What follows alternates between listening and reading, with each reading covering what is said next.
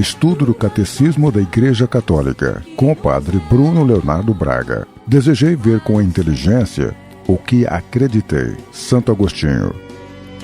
Tuas asas que nos elevam em contemplação. Hoje nós vamos encerrar a nossa reflexão sobre os mistérios da vida de Jesus. E antes de fazer esse encerramento, eu gostaria de retomar a caminhada que nós fizemos até agora, a partir de um resumo que o Catecismo faz de toda essa meditação. No resumo, o Catecismo apresenta os mistérios da vida de Jesus assim. Toda a vida de Cristo foi um contínuo ensinamento. Seu silêncio, seus milagres, seus gestos, sua oração, seu amor ao homem, sua predileção pelos pequenos e pelos pobres, a aceitação do sacrifício total na cruz pela redenção do mundo, sua ressurreição, constituem a atuação de sua palavra e o cumprimento da revelação. Os discípulos de Cristo devem conformar-se com ele até ele se formar neles. É por isso que somos inseridos nos mistérios de sua vida, com ele configurados, com ele mortos e com ele ressuscitados, até que com ele reinemos. Seja pastor, seja mago, não se pode atingir a Deus na terra, senão ajoelhando-se diante da manjedoura de Belém e adorando-o escondido na fraqueza de uma criança. Por sua submissão a Maria e José, assim como por seu humilde trabalho durante longos anos em Nazaré, Jesus nos dá o exemplo da santidade na vida cotidiana, da família e do trabalho. Desde o início de sua vida pública, em seu batismo, Jesus é o servo inteiramente consagrado à obra redentora que se realizará pelo batismo de sua paixão. A tentação no deserto mostra Jesus, Messias humilde, que triunfa sobre Satanás por sua total adesão ao desígnio de salvação querido pelo Pai. O reino dos céus foi inaugurado na terra por Cristo. Manifesta-se lucidamente aos homens na palavra, nas obras e na presença de Cristo. A Igreja é o germe e o começo deste reino. Suas chaves são confiadas a Pedro. A transfiguração de Cristo tem por finalidade fortificar a fé dos apóstolos em vista da paixão. A subida à elevada montanha prepara a subida ao Calvário. Cristo, cabeça da Igreja, manifesta o que seu corpo contém e irradia nos sacramentos a esperança da glória.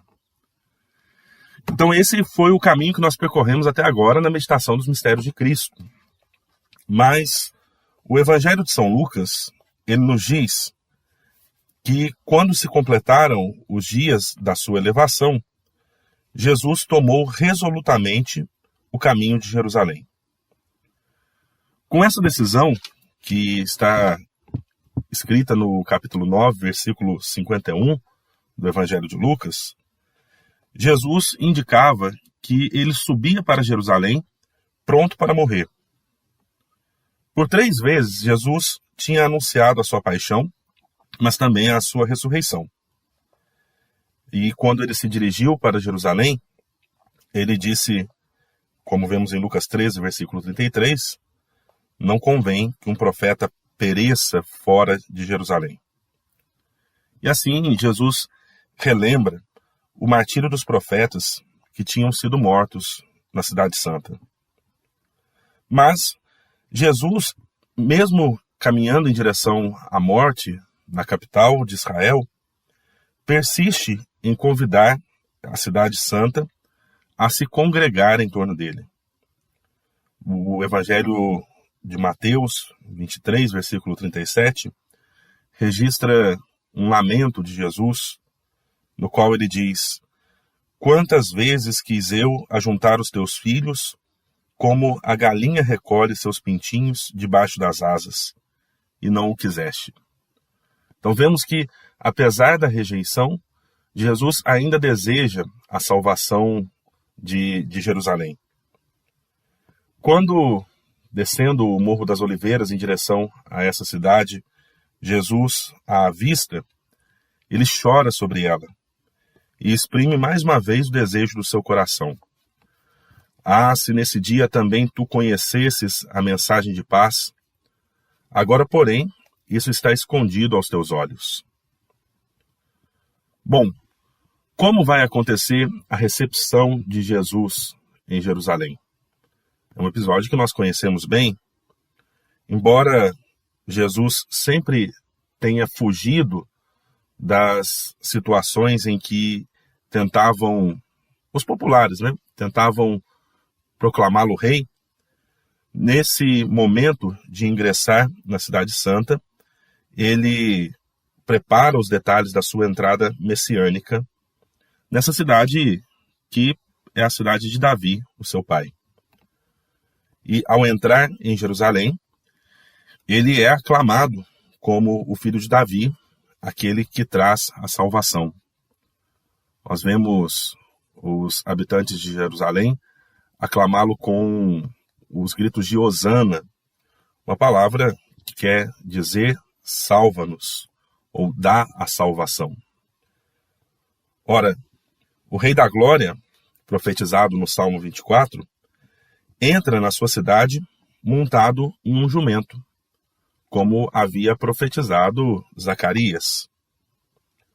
Ele não vai conquistar a filha de Sião, que vai ser a figura da sua igreja, pela astúcia nem pela violência, mas pela humildade que dá testemunho da verdade. Então, o ingresso, que nós chamamos o ingresso triunfal de Jesus em Jerusalém, não é o ingresso de um rei militar que chega de uma vitória, de uma conquista, não é o ingresso de um rei todo-poderoso, mas é a chegada do manso príncipe da paz. Por isso, os súditos do seu reino, nesse dia, são as crianças e os pobres de Deus, que o aclamam como os anjos o anunciaram aos pastores. São aqueles que aguardam a libertação de Israel e colocam a sua confiança exclusivamente em Deus, já que não podem confiar em si mesmos nem na sua própria força. A aclamação deles, bendito seja o que vem em nome do Senhor, inspirada no Salmo 118, ela vai ser retomada pela igreja ao longo dos séculos em todas as celebrações eucarísticas, quando nós cantamos na oração eucarística os Sanctus, para abrir o memorial da Páscoa do Senhor. Então, da mesma forma que como Jesus, ao iniciar a sua paixão, é aclamado com o bendito que vem em nome do Senhor, nós católicos, quando nos reunimos para celebrar a Eucaristia, antes de entrarmos no memorial da paixão, dentro da liturgia eucarística, também o aclamamos com as mesmas palavras. Por sua vez, a entrada de Jesus em Jerusalém manifesta a vinda do reino que o rei Messias vai realizar pela Páscoa de sua morte e de sua ressurreição. E a igreja recorda esse evento celebrando no Domingo de Ramos, que é a grande abertura da Semana Maior, a Semana Santa. Assim, Jesus subiu voluntariamente a Jerusalém, embora soubesse que lá morreria de morte violenta por causa da contradição por parte dos pecadores. A entrada de Jesus em Jerusalém manifesta a vinda do reino que o rei Messias, acolhido em sua cidade pelas crianças e pelos humildes de coração, vai realizar por meio da Páscoa de sua morte e ressurreição.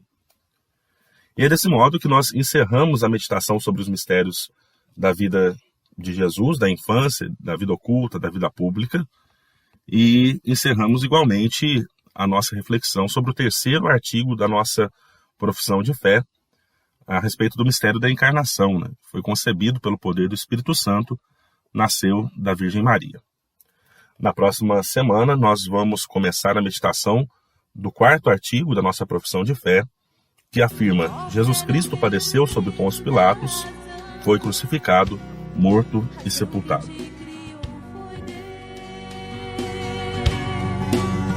Do